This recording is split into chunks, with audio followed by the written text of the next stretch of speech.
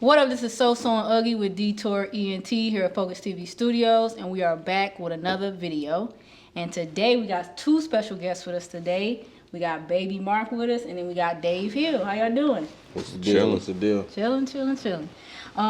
So usually we don't have two artists, on at the same time at least on the show. So this is a first, for Make us. a history. Trendsetting, come on. Right. Trendsetting, as they do. But like I say, these niggas, simply put, they like barbarians. Though, these like the top tier. That's the term for sure. They I like that. top tier, like rap. You know what I'm saying? Like it's a different, it's peers and shit like that. Though, everybody's somebody, but like these are like, if you want go-to guys for the bars, swag, and all that stuff, or just to encompass all of Detroit, these are the guys to go to. Mm-hmm. They got a lot of music out, but then we're gonna get into y'all newest projects. Okay.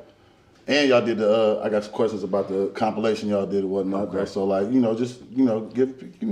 people know what's going on with you and your origin story, your origin hero story and stuff. Like that. Yeah. All right, bet. Shit, I'll pop it off. I'm Dave Hill. Hi, Dave. Born and raised in Detroit, West Side, 7 Mile. I'm just a nigga from around the way, nigga that done seen a few things, and I know how to put a couple words together. You feel me? So I started rapping when I was like a teenager. You know what I'm saying? I got good at it in my late teens, and that's really when I was just like, we're gonna pursue this for real. Rapped all through my college years. Got out of college, had my first son, and turned up and never looked back from there. And it's been green ever since. Now, did you graduate college when you went, or no? Yeah, I graduated. Okay, what was your degree that you had? Economics. Economics. Okay. What made you? What made you go into economics? Damn. So this is wild. It ain't even wild, but like, so I ain't never had nobody go to college before me. You know what I'm saying? I'm from the way. My peoples ain't go. I got to college and I wanted to be an accountant. I was gonna be an accounting major.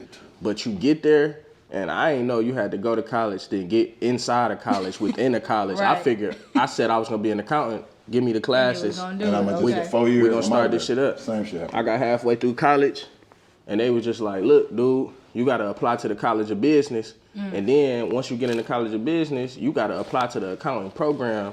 And if you ain't got A's in your accounting classes, you might as well just go ahead throw that out the window. Right. So I was just like, fuck it, economics it is. That was like second best for me. It's like I ain't have to apply to no school. Come on, I'm about to get this degree and get up out of here. Right. But it turns out that economics was better for me. Yeah, I'm about to say economics is just, you know what's going on in the economy. Like you can read into some of the stuff that the freaking, politics be saying and everything like that, Yeah. A little bit about a little bit. A little bit, yeah. No, I say college, go to school if you want to, but it ain't for everybody. Like I went to school, I graduated, I got my bachelor's degree in social work, and I would say if I known what I know now, I would have just went to school for what I'm doing now or something like that. You know what I mean? Or just self-taught myself for an earlier age, and maybe I would be farther than where I'm at now. You know what I'm saying? And all that writing and all that stuff, I ain't with it. So I'd have did it the same way. Yeah. The shit that I got in college is invaluable. Like I ain't got that degree sit up on my wall. My kids look at it. Okay,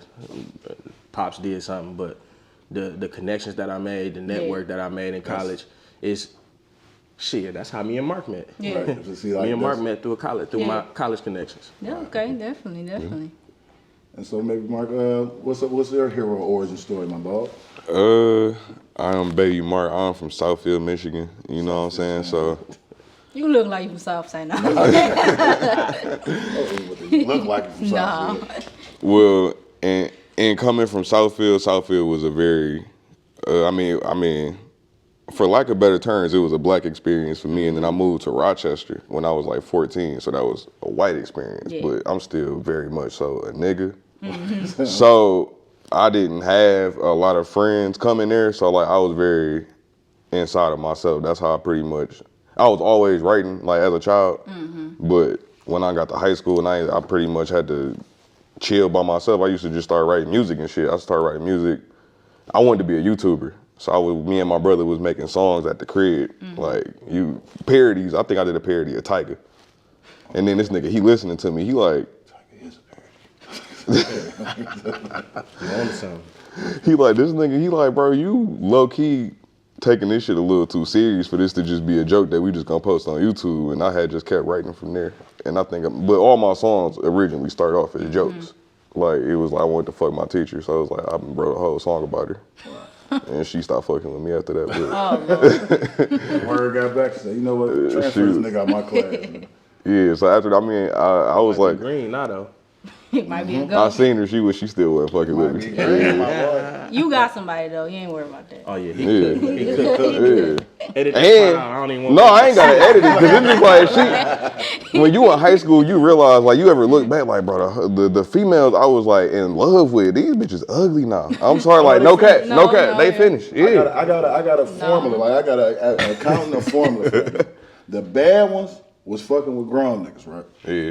So like, you know, that R. Kelly outrage shit, it's like we seen that shit growing up. We seen it. Them niggas was coming to Cutlasses, picking them bitches Man. up and all that. Yeah. Heavy, Like a Suburbans motherfucker. and all that shit. Wide Them boxes, body. yeah, them white The best Suburbans. bitches got right So out of look. school, hopped in. So look, they was fucking with them since they 16, 17. These niggas done pop babies in them, got these hoes drinking, smoking, all this shit early in the game though, right? Yeah. Now we Facts. sitting here, we just got slim pickings though, whatever, so. But then they get finished, and then guess what? This nigga want another young thing. So yeah, get the fuck on. Or the nigga fall off. And now this bitch working Chrysler with a belly on the front and the back and all, you know what I'm saying? Dang.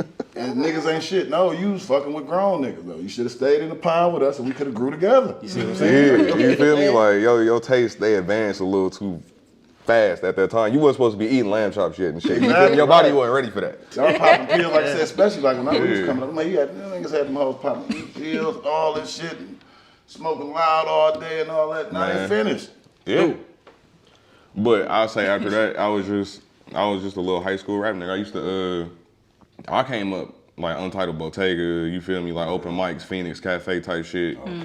So I was on that circuit at 16, 15, you know what I'm saying? So I've just been I've been rapping ever since. I kind of grew out of that, and then from rapping about school, start rapping about champagne. I mean, it's an easy transition, you know. So how did y'all Right, kind of link up. come Yeah. link up or whatever? 'Cause I know you said that y'all met in college. Well, not at the college. I But met just like I met doing. through a college associate. Actually, my manager, my dog, Corey, Okay. he introduced us. He sent me a project called A58. He's like, hey, listen to this nigga hard. I'm listening to it. I'm like, damn, dog, I think I seen this nigga before. I was like, bro, I seen him, and he ain't sound like he did on this tape. Like when I seen him, he was acting kind of young, but I didn't know Mark was as young as he was. So I'm texting Corey, and he like, nah, dog might really be young. And I'm just like, oh, that make perfectly good sense. He sent me the project. I'm listening to it in the morning. I'm like, slide. Corey like, bet he'll be at the studio on Friday. Okay. And then it was just like, bet. He came to the studio. We ain't getting nothing done that first day, but he came. He threw some beats out there. He was playing them. I'm like, oh, this slide. And I was one of the few niggas in the studio that could rap on the same vibe that he had. I was So gonna say, like, yeah, y'all definitely. so I caught one, and he was just like, shit, nigga, keep it. If you come up with something with it, send it back to me, and we'll lay it. Right. I came up with something. Yeah, and that was Sent it what, back. no hook? No hook. Yeah. No hook. So what was it about him that, you know, when you heard his song, you was like, they just clicked with you when you heard him? I want to say initially it was the beat selection. Okay. It had like a real. It damn near felt like jazz, but rap at the same time, and I was just like, this different. I get that. It ain't too many niggas that can get in that bag. I was gonna say, He said except this one I was nigga. about to get on you Yeah. because even your latest project is called Untitled, right? I was listening to it and I was telling them that my daughter, she won, and I was putting on the music and she was just like real hype with it. And I say to myself, if my daughter like it, then that must be a good song. Dave Hills for the children. Yeah, it's meant for the children, you know, for all ages. But the beat selection that you got in there, I was wanted to ask you like, what did you listen to growing up? Because a lot of on this project at least was just like all. And what's the other project? It's similar to this where you got all the old school type Yeah. beats or whatever. Shit, I got a lot of them. These ones just so happen to be up tempo old school beats, but I'm a sample heavy nigga. I love samples. That's Yeah. what I love. But the music I listen to coming up, it's a wide spectrum. So I listen to different music in different sections of my life. Okay. When I was growing up, my mom, I live with my mom, but I got a great relationship with my dad. I go to my dad's house every weekend. So My mom's was a radio hit type person. Ja Rule, all them, Shanti at that time. So we was just vibing and she know all the words. My mama was the type, I come home from school and she had the lyrics to her favorite song on the table. You feel what I'm saying? Typed out on the table? Yeah, typed out on the table. She be like, come on in here. We rapping all the lyrics, read them off the paper. So I used to do that with my mama. My old dude was a more underground bar type dude. So he had me listening to Rakim and a bunch of other stuff, and it just really giving me game back then. My old dude introduced me to Jeezy too, so he was one of them. So I had both sides of the spectrum. Then I used to be with my grandparents. My grandma used to love Luther Vandross, Patti LaBelle. Oh, so that's what that and my granny on my daddy's side. Let her tell it. She could have been Hitsville, USA. You feel me? She's singing in the dining room all the time. So I got a vast music knowledge from everywhere. Then the hood taught me the street shit. That's when I got Big Hurt, Blade, Icewood. When I was coming to age, and my god brothers and just niggas from the hood was just like, no, nigga, this it. That's what we fuck with, right? That's when music took over me at that point in time. Okay. Now, where do you get your ear from? Man.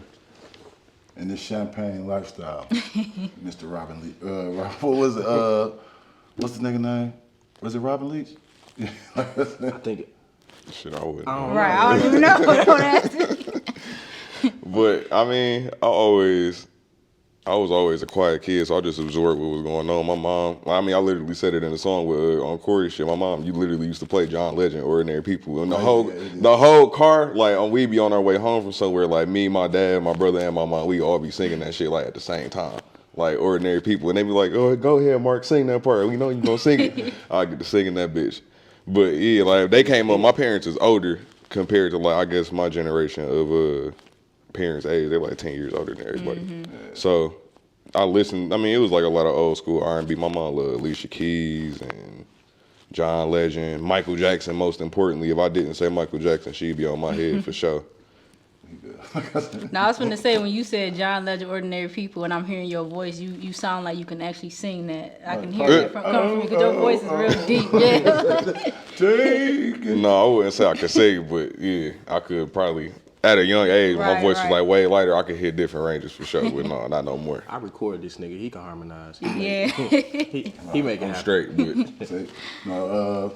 so getting into y'all both just dropped new projects, right? So Mark, with that A58 VSLP, man, like tell me what goes into making that, and how do we get such a classy, clean record though, man? Like I said. I mean, the process going into that was just like, I did A58, and I wanted it to be in the same realm, but I did want to change it up. So like, I was looking for them same core elements, like as far as the instruments and all that shit. But I say once that Flint sound started popping off, and I was listening to YNJ, and he rapping on like jazzy ass samples, but he just saying his shit. I'm like, well, damn, I want to do that same shit. So it's like, in a way, I'm trying to imitate that in a way, because you hear me say, like, hold on the song. But it's like my way. I was like, hold on, let me put on some cologne, but now I got to listen to it different.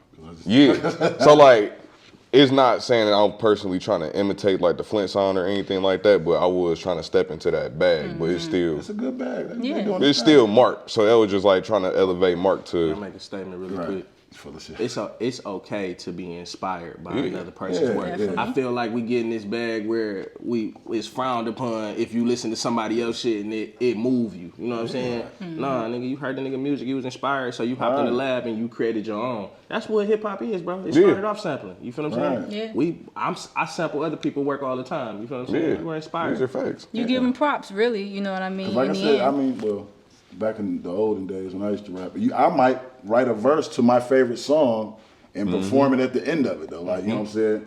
And then that's how we used to end up actually stealing beats back in them old days. Because, like, the end of the song always got a free part. Just tape it and loop it and loop it and loop it for about 3 minutes. And then we'll make the song again. Or we might just make the remix of it. And then, you remember that back in the day? I don't know how old y'all is, but niggas would be like, new 50 Cent song, and it'd be that nigga song.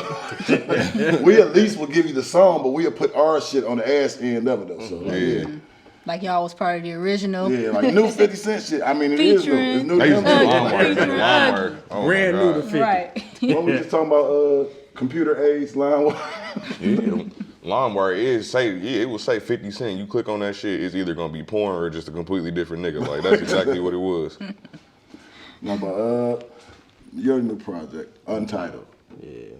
And I see you went with the cover art of like it's art.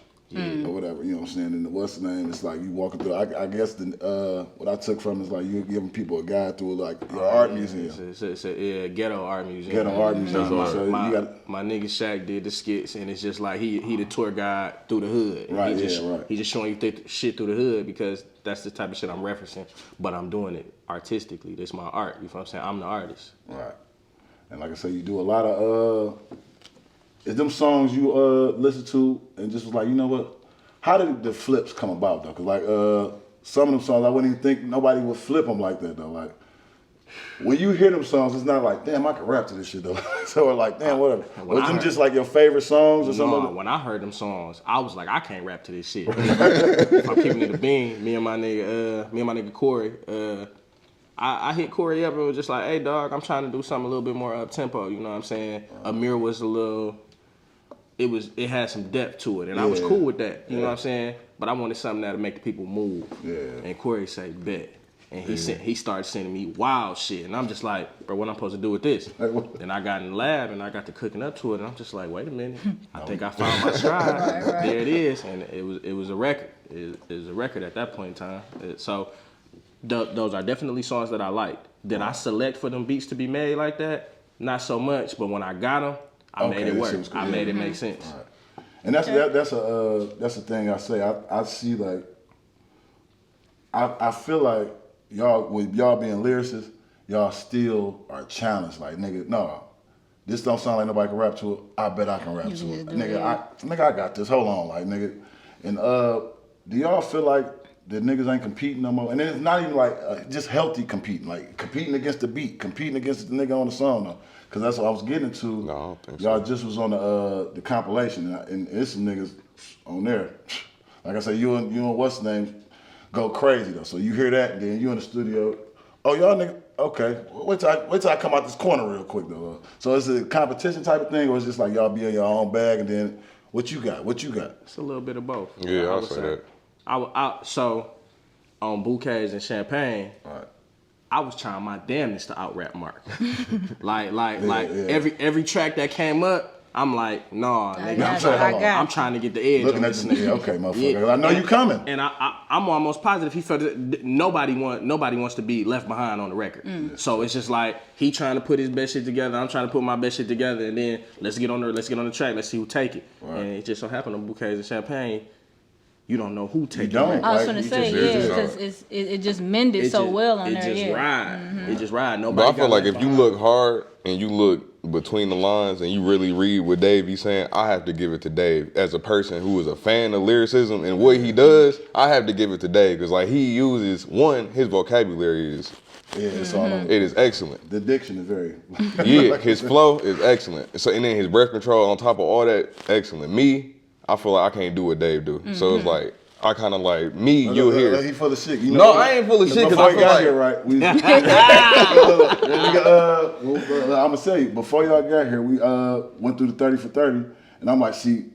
The bars wasn't. I say EMT in Birmingham still trying to revive me. She all like, I thought something happened to her in Birmingham. Yeah, I thought you had an accident. Was the story. You know, in Birmingham, and the ambulance came and they was trying to revive you. That's what I thought it was.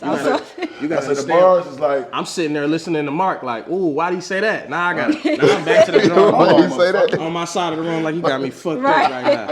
Yeah, nigga, fuck that. But no, I feel the same way about Mark, and I feel like that's the beautiful part. He respect what I do. I respect what he do. Right. It's certain records that Mark do that I can't. I don't even think to do. Mark can get on the song and give his girl all the praise. You know what I'm saying, and make women feel good. I get on the track and I'm talking insane to the women. Mark make it feel good. I'm just like, damn, that's beautiful. And then you see the response that he get when girls listen to it. They're like, damn, that nigga love his girl. Let me buy all this shit. I love this because that was one of the questions I had. Like, you know, I hear a lot of artists that even come on here, they say like they feel like Detroit artists don't support each other. But when I'm listening to y'all, I mean, y'all got mad respect for each other and everything like that, and really appreciates each other's like artistry and everything. So I just wanted to get y'all take on kind of like the Detroit scene and artists just kind of like working with each other. Like, what are your thoughts on that? Could it be better? You know, is it getting better, or it could always be better? I think it's getting better. I think Mark and I reference this a lot. Like never in my history of rapping, in my career of rapping, have I seen a group of niggas this good men together this well. And that's just between us and the people that we make music with. Yeah. And I would like to believe that it's happening elsewhere as well. You gotta look at Face, GT, Nutty and them. Like they band together well. You feel what I'm saying? It's happening in different subsects, but even that wasn't happening before. Now you got this group over here that make music together, that group over there that make music together, and before when that happened, them groups was damn near ops. Like me and all my niggas rap together because we hate you niggas. Right. Fuck you niggas. Right. And You hate them, I hate them. Yeah, let's make a song together. that still exists. It's down there creeping in the It ain't creeping at all. That bitch is on the forefront. It's right on the But I think like go ahead. I don't mean to cut you off, but like I think it's more so like it's accessible. You can see that it's money in it, and you don't want to necessarily limit your money. So I think people are more willing to like put pride to the side or get on the track with a nigga, put what's the name, because they see it's something tangible at the end of it though. So like that plus they, you know, we see how Atlanta work, man. The motherfuckers like you will have a classic nigga in the studio, you will have a nigga whose song just came out yesterday and a nigga who on the radio all in the studio at the same time though. And they have a track and they just throwing it around though. Like so, I think a lot of niggas and y'all starting to travel and see more though. Like that's what I'm saying. Like you, when I met you in the bar, what you say? Shit, I'm finna go to Cleveland in like 10 minutes though. Like you know what I'm saying. Detroit niggas wasn't traveling. They was just cool with being cool in they 4 blocks though. So as long as niggas, everybody on one hood was playing all the rock bottom, but another hood they playing all the Cheddar Boys, and another hood they playing all the Street Lords and Mae West on one, you know what I'm saying. So it was like niggas was kind of cool with that. But now I think more that niggas seeing that it's a bag and being, you know what I'm saying, spreading it around a little bit. Hell yeah, they more willing to work with each other though. But yeah, I mean, beef is beef though. It's Detroit still though. It's still the way. It's still, you know, we still from At around every the way. level too. Hipster niggas be beefing over hoes and all type of dumb ass shit. what the fuck is, if you don't get your weak ass about that. No, this shit really happened. Like nigga, there was a whole scene prior to us, but it's like it don't exist no more because they weren't as congealed as we are now. There was nothing holding them together, and there was more shit to divide about back then. Yeah. So It wasn't a real bag right at this close though. Like yeah, so yeah. hell no. Now, do either you feel underrated at all? And when I say that, how would you say like your momentum is as far as like being on pace to where you want to get to? I don't really feel underrated. I know these niggas can't fuck with me. Okay. That's just how That's good. Yeah. that's how I perceive myself. If a person don't know me, that's their problem. It's your fault. Catch up. You Right, feel me? right. That's just. But that's the energy I want around me. That's the energy I'm trying to exude. Like I don't want. I don't even like walking around with that energy. Like man, the people just ain't noticed me yet. Man, fuck the people. You know what I'm saying? You doing this for you, right? I'm doing Yeah. this for me, and whoever catch wind, catch wind. Right. Come on this journey with me, because I'm gonna get where I'm going regardless. Who gonna stop me? I like Yeah, that. and I know what really go into it is like nigga money. You know what I'm saying? Like I know that these people that I see on the screen are there. They purchased this slot. Like that's the truth of the matter. So like, I could feel underrated, or I could feel like I need to go get some fucking money and be in front of this screen or in front of this audience. But You I know what I'm saying? think that like I say, that purchase, what's the name, this slot, whatever, and that was gonna go into my next question. I'm like, it's not real though. Like Yeah. when you see It's like not. Griselda, when you see like underground niggas like even down to what's the big white boy Action Bronson and shit like that. I've never heard none of their songs on the radio, but they have sold out shows Everywhere. It's an organic following. And that's gonna last a lot longer than that Yeah. purchase shit though. Like Yeah. you know what I'm But saying? when you mix them two together and then you pull the real crowd from there, that's when you build something bigger. That's all I be thinking about. All right, we're going to cut it right there. And when we come back, we're going to get more into Baby Mark and Dave Hill. All right, welcome back. Again, we have Baby Mark and Dave Hill with us. Yeah, so before the break, I was gonna get into like y'all, y'all both under management and things like that. How important do you feel that the management aspect is in being an artist, and basically how much do you feel? How do you feel about the machine per se? You know what I'm saying?